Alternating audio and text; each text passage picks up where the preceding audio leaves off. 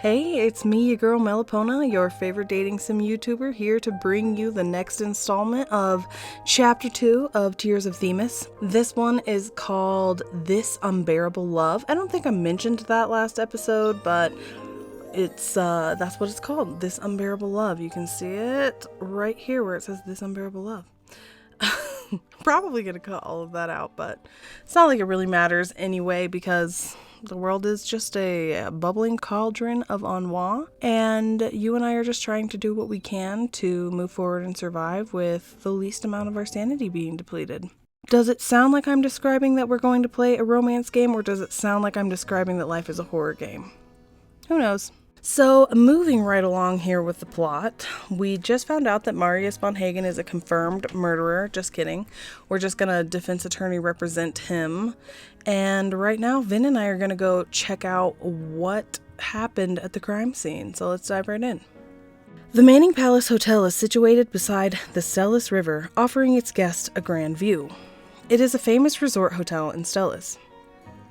When you arrive at the crime scene, a woman with reddened eyes is being questioned by the police.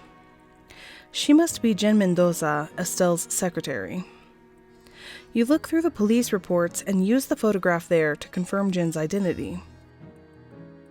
Do you plan to question her first? Vin glances at Marius, who is being interrogated by the police, and then questioningly looks at you. I actually thought that you would first listen to Marius' statement. I want to talk to Marius first, then compare his words against Jen's. Regardless of what he says, Marius is my client. Naturally, I'd trust his testimony over others. Would it be an inconvenience if I were to be present during your conversation with Marius? I don't mind, but let's see if Marius is okay with it. Then I should be more discreet and avoid causing trouble for you. I will go ahead and inquire into the police investigation's progress. I recently presented some lectures on criminal psychology to the police, so I am considered an external consultant. Communication with them should be simple. Thanks for doing that, Dr. Richter. Vin gives you a slight nod and leaves. After he leaves, you suddenly have the urge to laugh. It's still a bit hard to believe that Vin and Marius share a teacher-student relationship. Though not hard to imagine. That Marius, someone as old as him not getting along with his own teacher. Room 1817. After Darius had finished questioning Marius, you ask to privately speak with Marius. Darius has someone take you to Marius's room, 1817, the room next to the crime scene. 2 police officers stand guard outside. Looks like your conversation didn't convince them of your innocence. Otherwise, the police wouldn't keep such close tabs on you. They found an unfinished note next to Estelle's body. It reads, Hagen. Getting big Sherlock Holmes vibes. Raish. Anyone? On top of that, tetrodotoxin was found in the chocolates that I gave her. I'm kinda in a bind right now. Estelle's dying act was to write your last name? Is she associated with another von Hagen by any chance? From what the police have turned up, nope. Do you and Estelle have any conflicts of interest? What do the police think is your motive for murder? The news notification from this morning suddenly comes to mind. War of romance or something. Could there be more to it? Marius, do you have a special relationship with Estelle? Special relationship? I saw a news headline today that suggested a scandal between you and Estelle. Does it involve any business interests?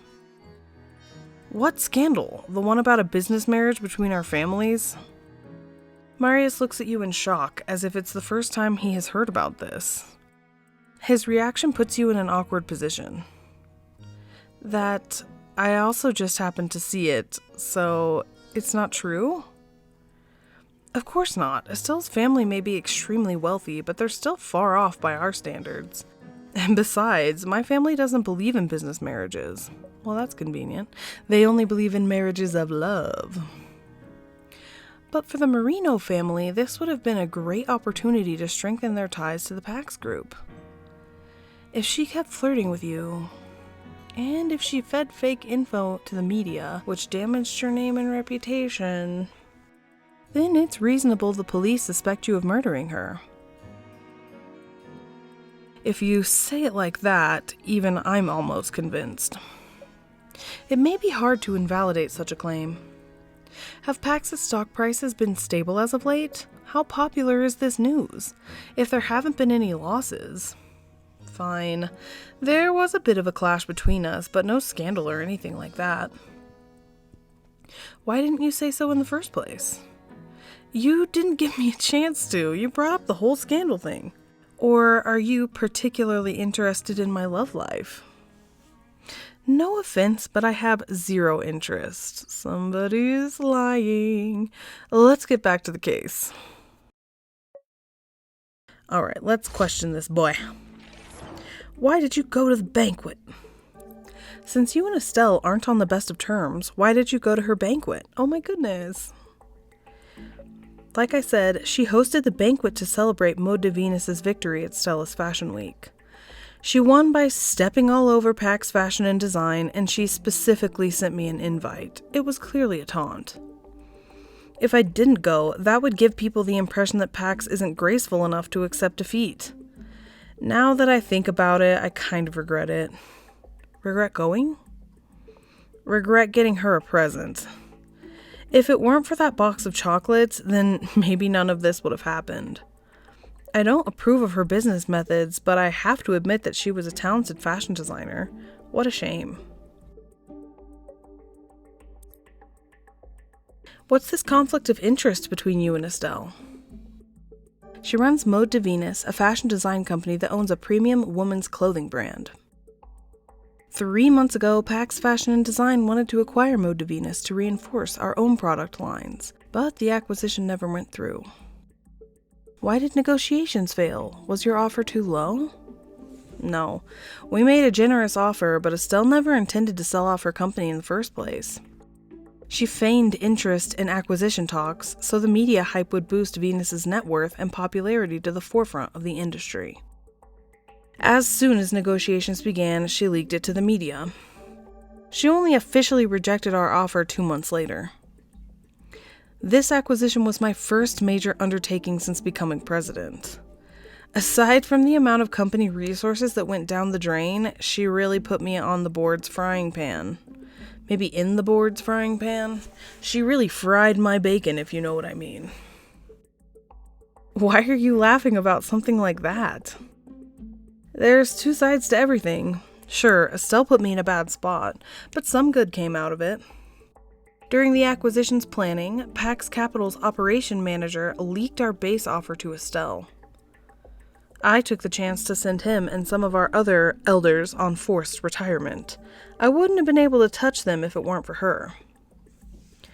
In the eyes of the police, this counts as a strong conflict of interest.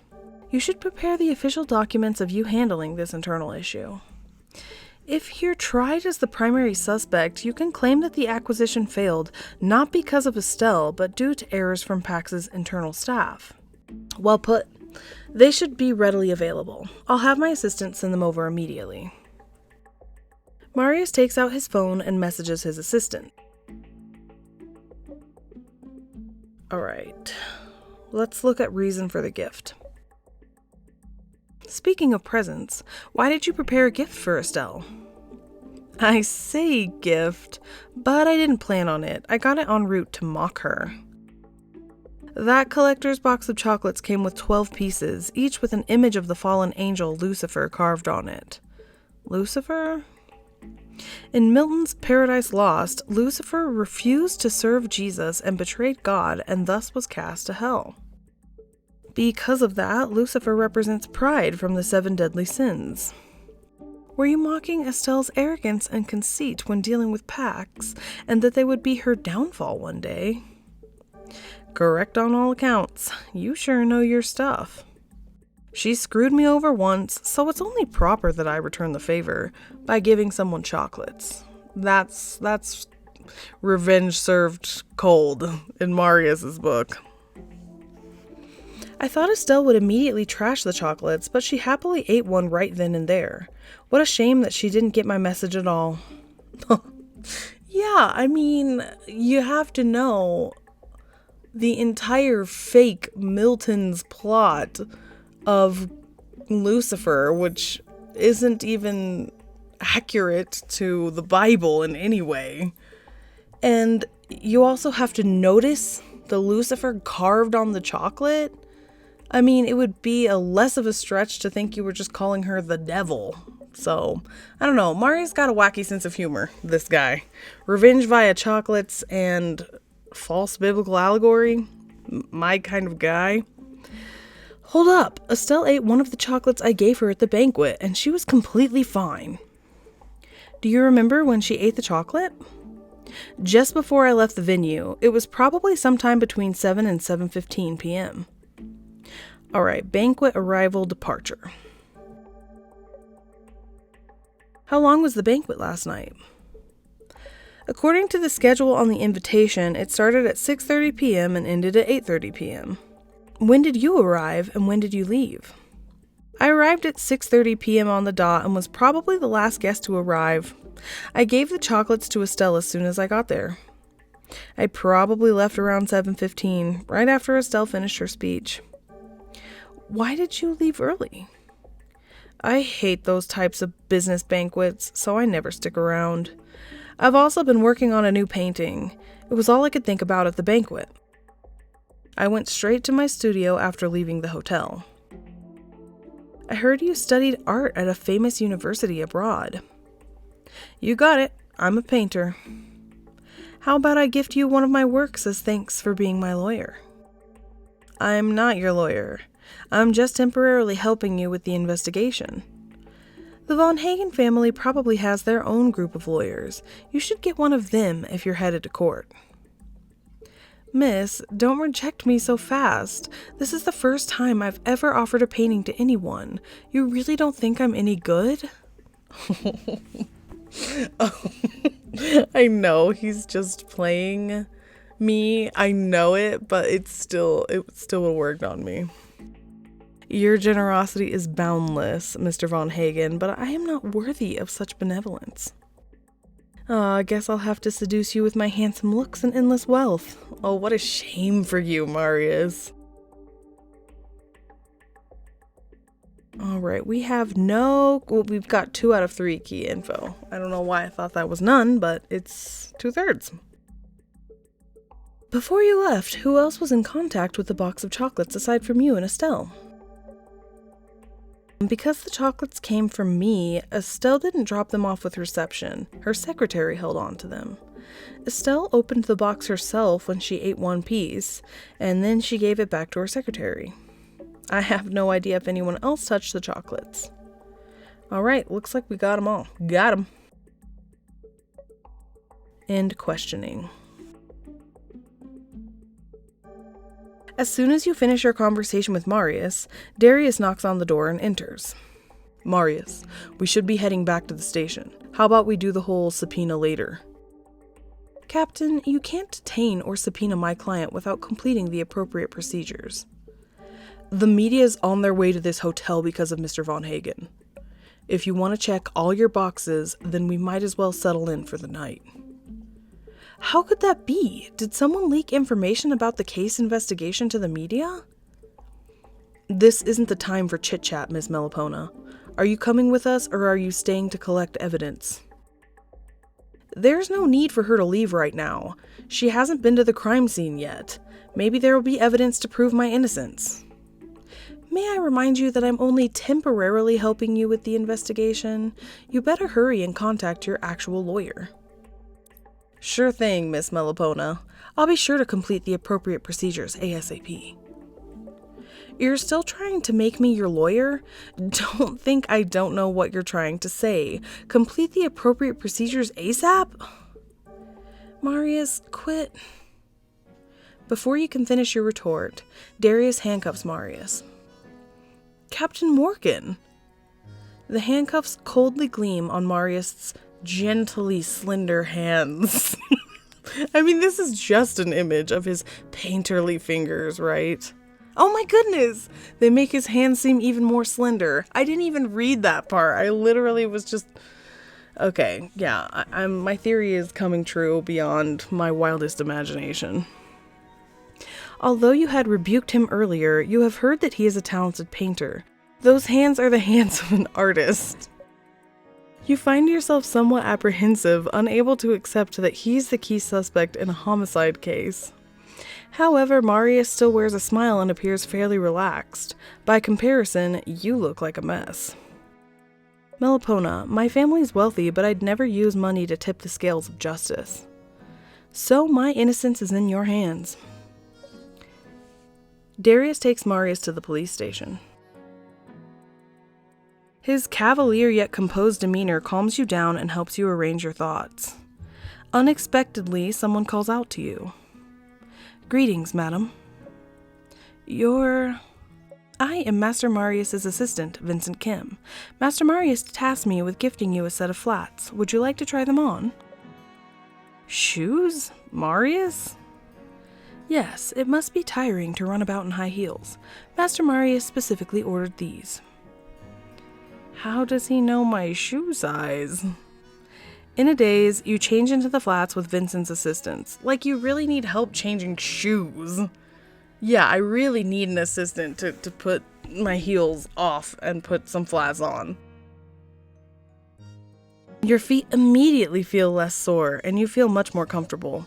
I don't know about y'all, but flats are very uncomfortable for me. Maybe these are special? I don't know. Master Marius is an impeccable painter with incredible spatial awareness, so he guessed your foot size without even telling you. He likely needed only a glance at your shoes to determine their size. Where does one get that capacity? Like, I'm trying really hard not to state the obvious here, but like, who in their right mind is just spatially aware enough to guess somebody's shoe size? Come on, Vincent. I see. Please thank him for me. He's in jail? Whatever. This is so sloppy. This plot right here is shoehorned. This is the least we can do to thank you for your time and effort on this case. I will send your high heels to your law firm. Is that all right? So, let me get this straight. Artem just comes to the door because he's the only one there at this time on a Sunday. I think that's what day it is. And someone's like, hey, a package for you. And he opens it and it's just dirty, stinky heels. And he's just left to assume the worst. Yes, that's fine. Thank you. In addition, Master Marius instructed me to give you this file.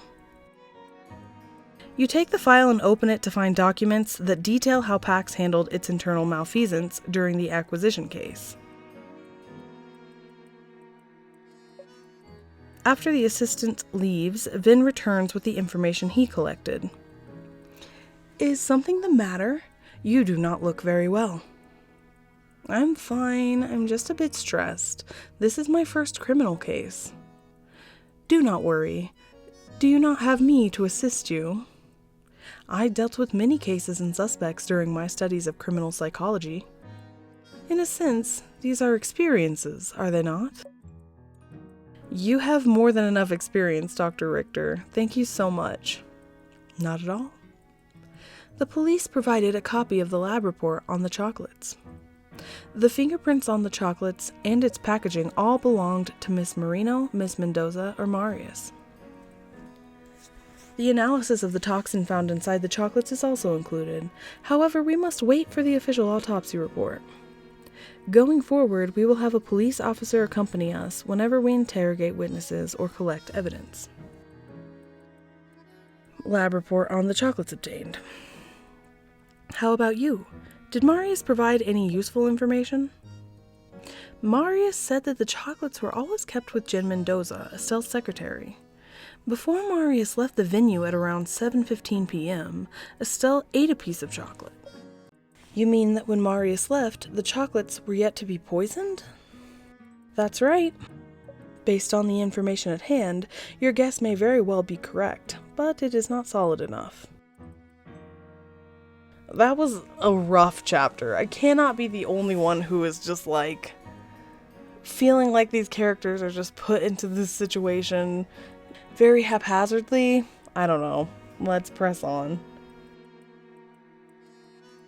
Marius von Hagen, the successor to the Pax Group, was drawn into a homicide case. The murder was caused by a box of chocolates that he himself had gifted. You talked to him and learned that before he left the venue, the victim had eaten a piece of chocolate without any side effects. From this, you theorized that the chocolates were poisoned at some point after Marius's departure. However, Vin has reservations about your conclusion. Based on the information at hand, your guess may very well be correct, but it is not solid enough. Why do you say that? There are inconsistencies if you compare Marius' statement with the police reports. Start analysis. The chocolates could have been poisoned before Marius left because...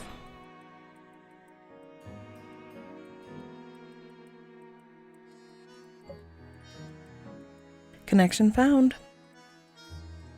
While reviewing the police report on the liquor chocolates, you discover a crucial detail. After ingestion, the toxin's onset of action can be delayed up to 3 hours. Most people die from tetrodotoxin poisoning within 30 minutes. However, there are a few cases with a prolonged onset of action. The tetrodotoxin found in the liquor chocolates was found to be low in both concentration and dose. This may be why Miss Marino experienced a delayed response and showed no adverse symptoms at the banquet. Marius saw her eating a chocolate around 7:15 p.m.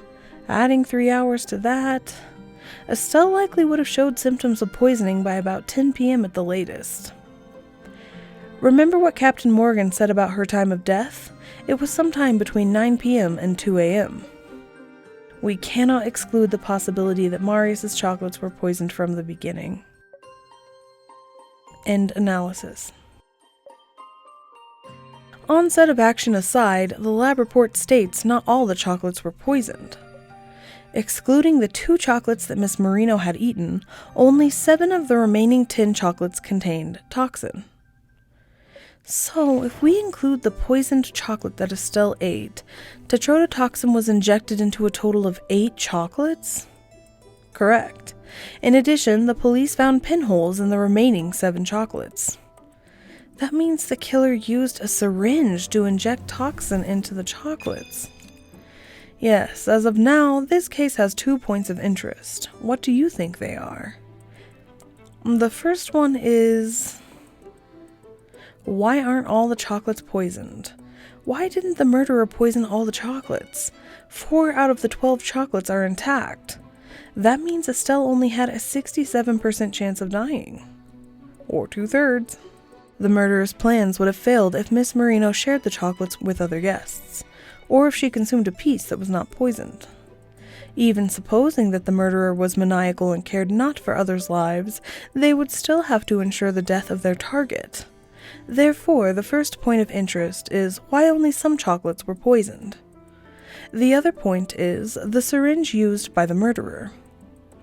If the murderer was targeting the chocolates and wanted to be discreet, then they would naturally choose to use a syringe, right?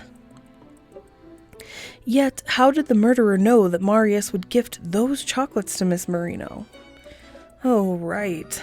Marius said that he bought those chocolates on his way to the banquet.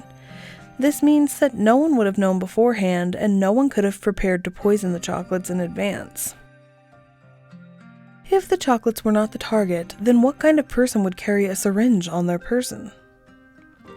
One possibility is that the murderer has a medical condition that requires self-injections. Another possibility is that the syringe was included in the murderer's original plan. After seeing Marius gift the chocolates, they then changed their plan to shift suspicion onto Marius. Dr. Richter, you're amazing for being able to deduce all of this from a single syringe. Okay, maybe he is amazing, but I would have deduced the same thing, so I'm also amazing, and I'm just gonna take it as the main character praising me. You exaggerate. Analyzing human behavior and its associations has become a habit of mine, though sometimes to a fault. Regardless of what inferences we make, the one certainty is that the murderer is someone who has access to the chocolates. Then Jen is our biggest suspect since she was holding on to the chocolates for Estelle. Someone knocks on the door of room 1817. Dr. Richter, Miss Mendoza is ready for questioning. Jen silently stands behind the policeman, her head lowered. She holds onto her left arm with her right hand as if she were cold. Miss Mendoza, please take a seat. Vin does not direct her to the couch. Rather, he pulls over the swivel chair from the desk and pads it with a cushion out of consideration. Based on recent inferences, you believe Jen to be extremely suspicious. You carefully study her as she walks over, step by step. Is she the true killer? Start inspection. Alright, let's look. Her clothes seem one size too big. No time to get changed? Mode de Venus is a fashion design company. Shouldn't the boss's secretary dress the part? Not only is Jen wearing a plain outfit, but it is also one size too large, which makes her appear even more fragile. I'm not saying she has to wear high-end brands, but shouldn't a professional wear something more appropriately fitting? Did she buy those clothes a long time ago? Maybe she recently lost weight from being too busy at work and simply didn't have time to buy new clothes.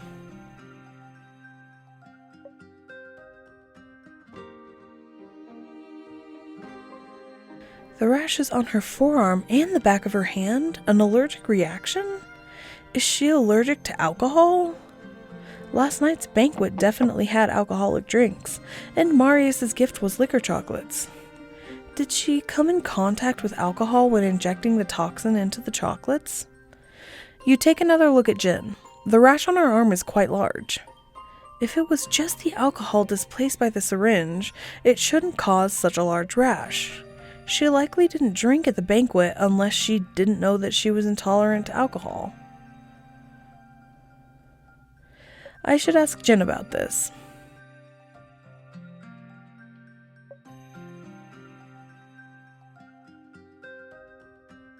I saw Jen crying when I arrived at the hotel. Was she crying because of Estelle's death? Jen suddenly looks up at you. As soon as her eyes meet yours, she immediately averts her gaze in a fluster. Why is she avoiding eye contact with me? Is she feeling guilty? You recall your previous clients. This sort of reaction is not uncommon. If she isn't feeling guilty, she could be nervous or trying to hide something. I should make it a point to ask her about her rashes and her work. I should also investigate the nature of her relationship with Estelle. End inspection. But didn't you kind of know beforehand that those were things you were going to talk to her about? Okay, maybe not the rash, but I'm sure it would have come up. What was the point of that inspection scene? I feel like I'm being really negative about the game today, and just as a disclaimer, I want y'all to know I love this game, but I don't think that my negativity is coming from a place of, I'm bored, this is lame, but more of a place of critique, is this really a necessary game mechanic at this point? When Jen reaches the swivel chair, she takes the cushion into her arms before sitting down. She lets out a nearly imperceptible sigh. Are you Mr. Von Hagen's attorney? Please ask whatever questions you need to. Nice to meet you, Jen. I'm Melipona, Mr. Von Hagen's acting attorney. This is... You're about to say that Vin is a psychiatrist, but... If Jen knew that Vin was a psychiatrist, would she be on guard? This is Dr. Richter, a consultant for the SCPD. Your phone vibrates as soon as you finish speaking. It's a message from Vin. Leave it to me to observe her reactions and discover any weak points. You turn your head to look at Vin and see him calmly putting away his phone. He then extends a hand toward you. May I see her dossier you received from the police? Oh, sure. You hand the file to Vin, but are unsure whether to start questioning Jen now or wait until Vin is finished reading the dossier. Sensing your hesitation, Vin warmly smiles at you. There is no need to wait for me. You may start your questioning. However, I may intermittently interrupt your conversation. Please accept my apologies in advance. Vin slightly bows to you and Jin and elegantly motions for you to begin. Alright, Jin, let's begin. Start questioning. Miss Mendoza, how long have you been with Mode de Venus? And how long have you been Miss Singh's secretary? Wait, is that her name? Estelle Marino. So, why did it say Miss Singh there? Did I get that right? It does say Miss Singh. Well, whatever. Maybe I'm losing my mind. I thought it was Marino, but... I worked at Venus for 5 years, and I started out as her assistant and secretary. You were able to start at such an important position? Miss Marino must have trusted you a lot. She did, but I wasn't initially her sole secretary. There were 2 others. Work was so busy that she needed 3 secretaries? Not exactly. I was in charge of Miss Marino's business affairs while the other 2 were responsible for her private matters. I say secretary, but they were more like her personal assistants. After they both left, Miss Marino never hired anyone else. For what reason did those 2 secretaries leave? Did they resign of their own volition? Not expecting Vin to suddenly ask a question, Jin seems startled. She looks at Vin in surprise and then lowers her head again. Miss Marino didn't renew the contract for one of them, and the other was fired because they were caught stealing things. Alright, let's do work pressure. After those 2 were gone, wasn't it hard for you to do the work of 3 people? Looking at Jin's ill-fitting clothing, you ask a question. Is work very busy? It's not bad. Miss Marino was refusing help with her personal matters these past few years, so I mainly focused on her business affairs. She also provided me with a generous salary, and I don't usually have to work overtime during vacation.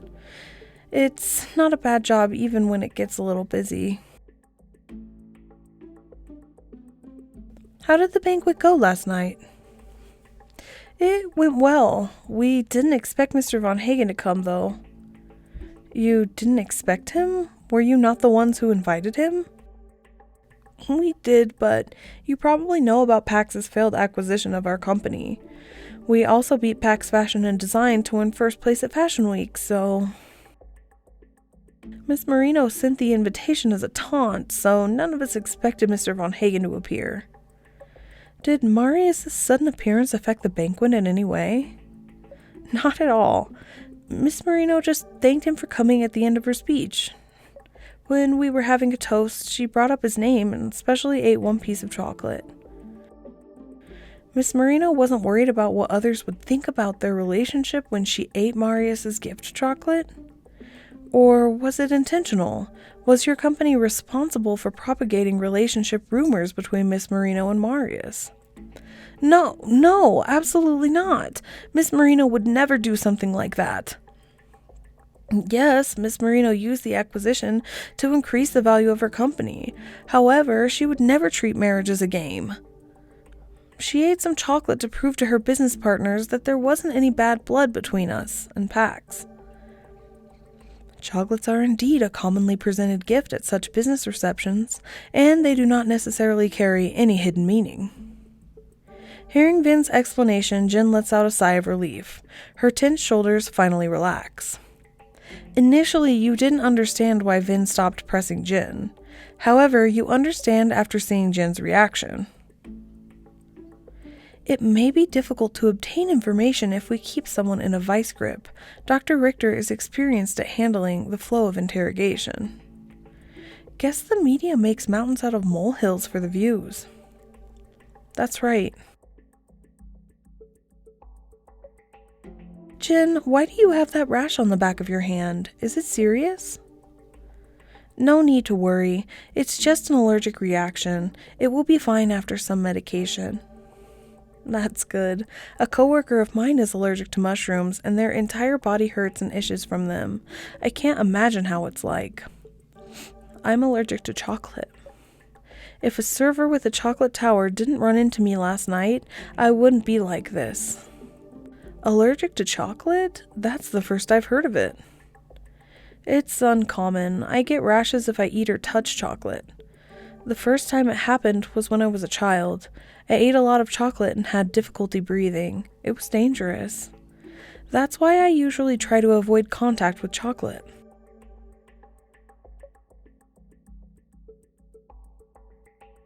But Miss Marino left Mr. Von Hagen's chocolates in your care. Did she know about your allergy? She did, but the chocolates were kept inside the box, so it was safe. I'm not allergic to the smell of chocolate. Miss Marino was actually a considerate person most of the time. Most of the time? Does that mean there are instances where she loses her temper? We had worked together for 5 years. Some friction was unavoidable. We've all seen our bosses throwing a tantrum, haven't we? No, that's very unusual. Are these differences due to work matters? She knew about your chocolate allergy. Surely you two interacted with each other outside of work. No, Miss Marino and I only had a working relationship. We really didn't have any conflicts between us. I know you suspect me because I was holding on to the chocolates, but it really wasn't me. Oh? If you two had a strictly professional relationship, then one arrangement of yours is illogical.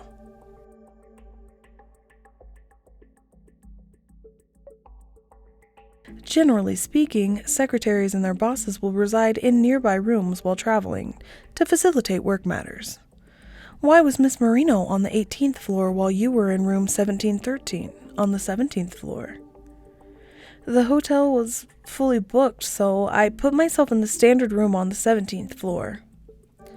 Is that so? Rooms 1718 and 1717 were vacant last night.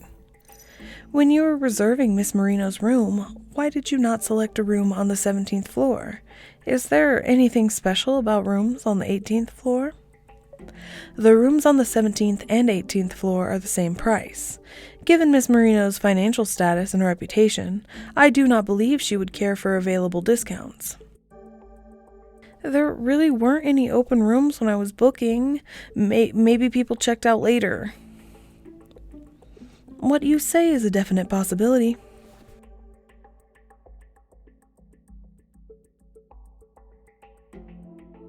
Do you still remember when Miss Marino ate the chocolate at the banquet? Must have been around 7:15. Are you sure?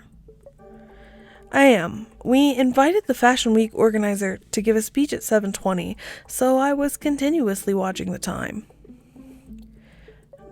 7:15 on Saturday night. Jen looks great. Miss Marino, the organizer will be giving his speech soon. Wow, Estelle is beautiful. Oh my goodness, she's so beautiful. Understood. Can you find Mr. Zane and remind him? While speaking, Estelle opens the box of wine chocolates in Jen's hands. Your business skills are nothing out of the ordinary, but your taste in chocolate is impeccable.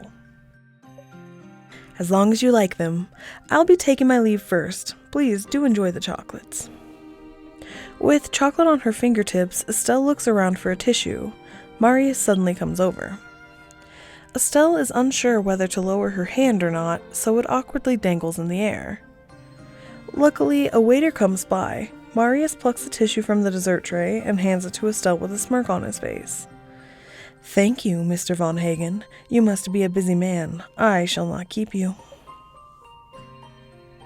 Estelle takes the tissue and wipes her fingers as if nothing happened. She raises an eyebrow at Jen. I'm a chocolatier, one of my many talents and professions, and if barely touching a bonbon is leaving chocolate on your fingers, it's not tempered correctly. So why in the world was this fancy box of chocolates not tempered correctly? It's very strange to me. Jen, please send off Mr. Hagen on my behalf. I'll fetch Mr. Zane myself. She gives Marius a nod before turning around and walking away. Mr. Von Hagen, it has been a busy night. Please do not take offense by this. When did the banquet end? Aside from when Miss Marino ate one piece, was the box of chocolates always on your person? The banquet promptly ended at 8:30 p.m., but the box of chocolates wasn't with me the entire time. After sending off Mr. Von Hagen, Miss Marino said she noticed that some of the chocolates had melted. She wanted me to place them in her room's fridge. What time was this? A little before 7:30 p.m., but I had a little accident on my way back to the banquet. 7:40 on Saturday night. Oh, I'm sorry, miss, are you alright? After placing the chocolates in the fridge, Jen is returning to the venue when a server delivering a chocolate tower runs into her. Like a chocolate fountain, or a tower filled with bonbons, or what is this chocolate tower? Like a cake with chocolate frosting or something? Because how would running into somebody with a bunch of chocolates give them a rash just on their arm? This doesn't make any sense to me. Whatever, maybe I'm just not familiar with the world of high-class chocolate towers. That would explain a lot about my confusion, I think. What is that? It is chocolate sauce, so it is like a flowing chocolate fountain. Don't those normally have to be plugged into a wall? Whatever. I'm over it. Oh no! Jen hurriedly grabs napkins from the nearest table and forcefully wipes the chocolate off her arm and hand, rubbing the chocolate deeper into her skin. Miss, are you alright? Should I escort you back to your room? I can go back myself. If the hotel has any medicine for skin allergies, please send some to room 1713. What time did you return to the banquet? It was almost 8 p.m. by then. After the server delivered the medicine, he had my clothes sent for dry cleaning. If you don't trust me, you can look up the records. What did you do after the banquet was over? When was the last time you saw Miss Marino? Miss Marino and I saw off the guests together, and I returned her keycard to her. We then went back to our own rooms to rest. We parted ways in the elevator on the 17th floor at about 9 p.m. That was the last time I saw her. You were in possession of Miss Marino's keycard the entire time? Yes, Miss Marino didn't have a purse during the banquet, so I held on to her keycard and phone. After I changed my clothes and returned, I stayed at the banquet and never left her side.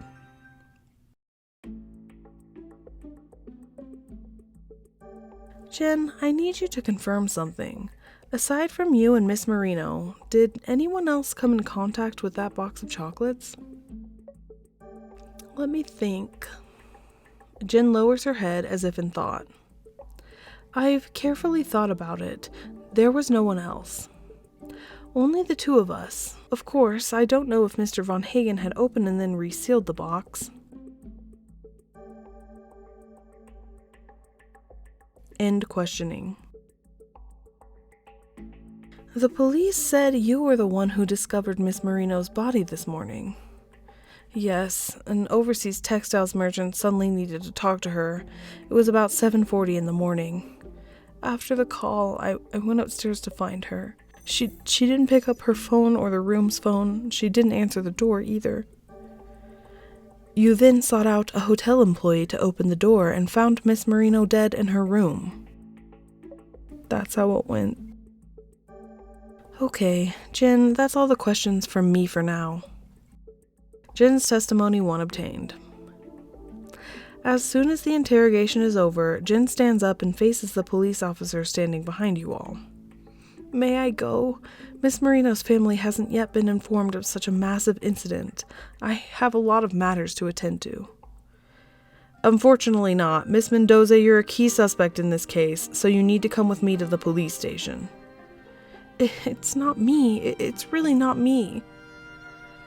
Pardon me. If it will not obstruct your operations, can you escort Miss Mendoza to the station after we have concluded our investigation of the crime scene? Didn't you just finish questioning Dr. Richter? There are still questions I wish to ask. However, Miss Mendoza already seems exhausted.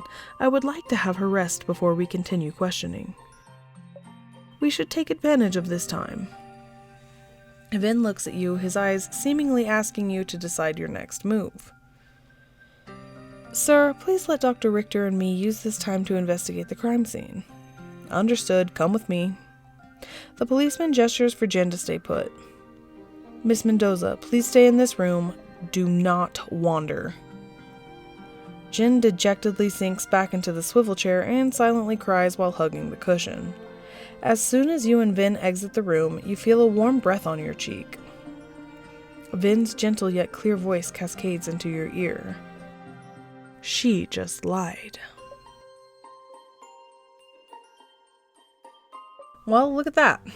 We have a bit of a cliffhanger, I guess. The next episode we're doing is going to be the investigation and then the aftermath of our investigation. So I'm personally pretty excited because investigations are my favorite mechanic in this game, and also because we're so far from the truth right now and I want to get to the bottom of this mystery. And Vin's an okay partner. Definitely not as fun as Luke to investigate with, but he's not a detective. He's all about like, I am the mentalist. I'm gonna get under your skin and into your ear with my hot breath.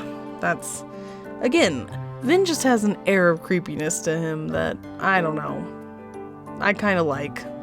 At any rate, it's me, your girl Melipona, your favorite dating sim YouTuber, here to brighten your day with another episode of Tears of Themis. Please make sure to like this video if you do, subscribe, hit that notification bell, and, you know, all that wonderful noise that helps channels like mine grow.